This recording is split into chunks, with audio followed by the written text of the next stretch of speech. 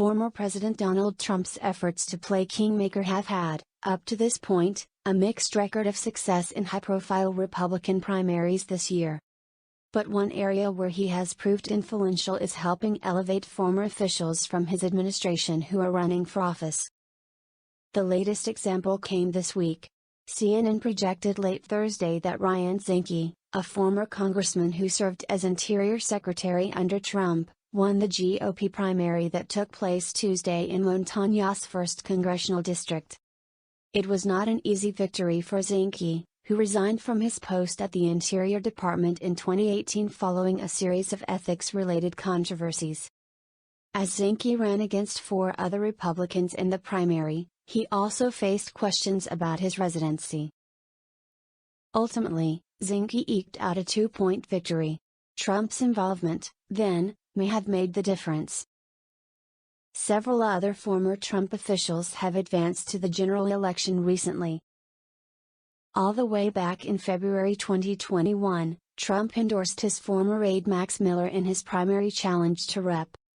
Anthony Gonzalez of Ohio, one of the 10 House Republicans who voted to impeach the then-president over his role on January 6.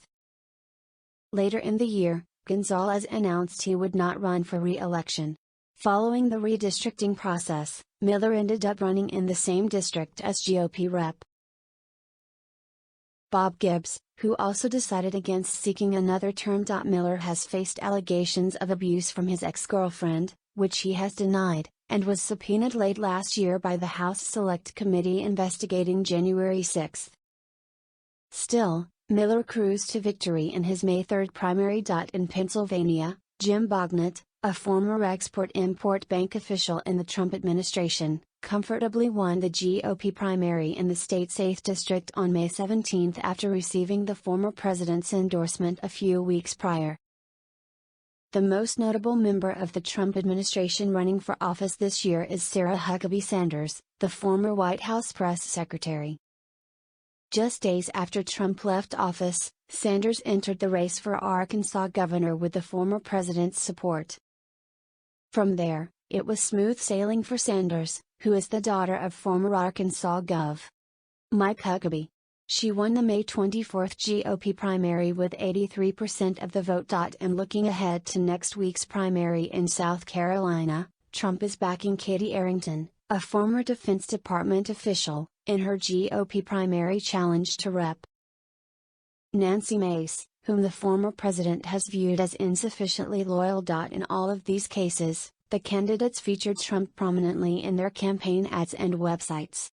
The former president held rallies, or tele-rallies, that benefited them. And with the exception of Bognett, who faces a competitive race against a Democratic incumbent this fall, the others are running in safe Republican areas. Representative Jamie Raskin, a member of the Special House January 6 committee, said on Sunday the panel has the evidence to prove that former President Donald Trump knew he lost the 2020 election.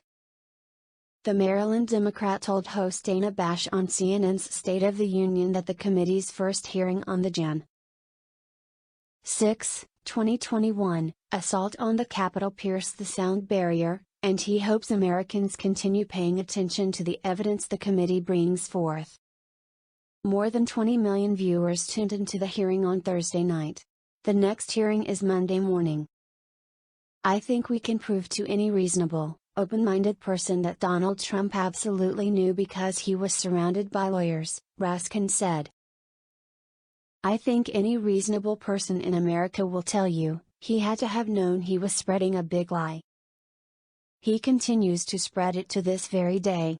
He continues to foist that propaganda on his followers.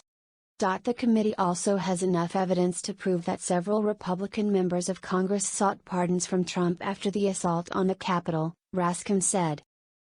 The seeking of pardons is a powerful demonstration of the consciousness of guilt, or at least the consciousness you may be in trouble, he told Bash. That's what's so shocking about this. It's not just one.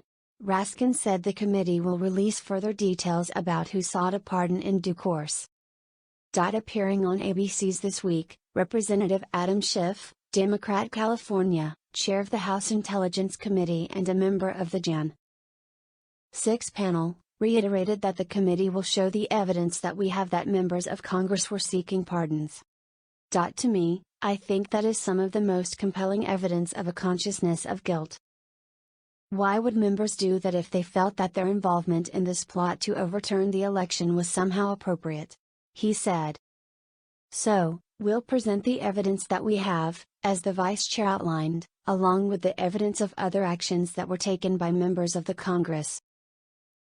On Thursday, Representative Liz Cheney, Republican Wyoming, vice chair of the January 6 committee, said that Rep.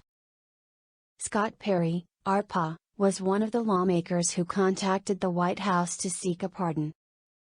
Perry was a major actor in Trump's attempt to overturn the election, connecting Trump with Jeffrey Clark, an official in the Justice Department who supported Trump's efforts, according to testimony and documents obtained by the committee.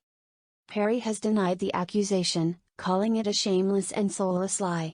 Following the hearing, Rep.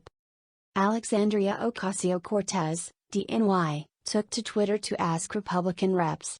Lauren Boebert of Colorado, Marjorie Taylor Greene of Georgia and Matt Gaetz of Florida if they sought pardons. On Sunday, Ocasio-Cortez told Bash that every single member of Congress should be able to answer if they asked for a pardon or not.